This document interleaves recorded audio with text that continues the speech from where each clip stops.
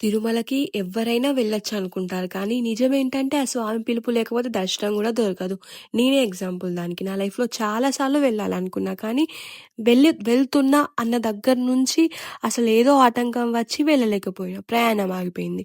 మా అక్కతోటే చాలా సార్లు పోదామనుకున్నా. దానికేమో దర్శనం దొరికింది. నాకేమో అసలు వెళ్ళలేకపోయినా. కానీ ఈసారి అవకాశం వచ్చింది. ఎటువంటి ప్లాన్ లేదు. అసలు అప్పుడప్పుడే అనుకున్నాం మేము అంతకు ముందు రోజే. నేను, మా అక్క తిరుమలకొచ్చినాం. మా అక్కకి మొక్కుంది కాబట్టి శ్రీవారి మెట్ల ద్వారా ఆ స్వామిని దర్శించుకోవడానికి కొండెక్కుతున్నాం. శ్రీవారిని చూసి బయటికి రాగానే నా కంటి నుంచి వాటర్ కంటిన్యూస్‌గా వస్తున్నాయి. ఏడుస్తూనే ఉన్నా. ఎందుకు ఏడుస్తున్నానో నాకే అర్థం కాలేదు. మనం వెళ్ళాలనుకుంటే కాదు, ఆ స్వామి పిలుపు వచ్చినప్పుడే మనం చేరుకుంటాం. ఆ స్వామిని చూడగలుగుతామని మాత్రం నాకు అర్థమైంది. నాకు కంటెంట్ క్రియేషన్ అంటే చాలా ఇష్టం. ఆ ఆశతోటే 4 ఏళ్ల క్రితం అయితే స్టార్ట్ చేసిన యూట్యూబ్ ఛానల్.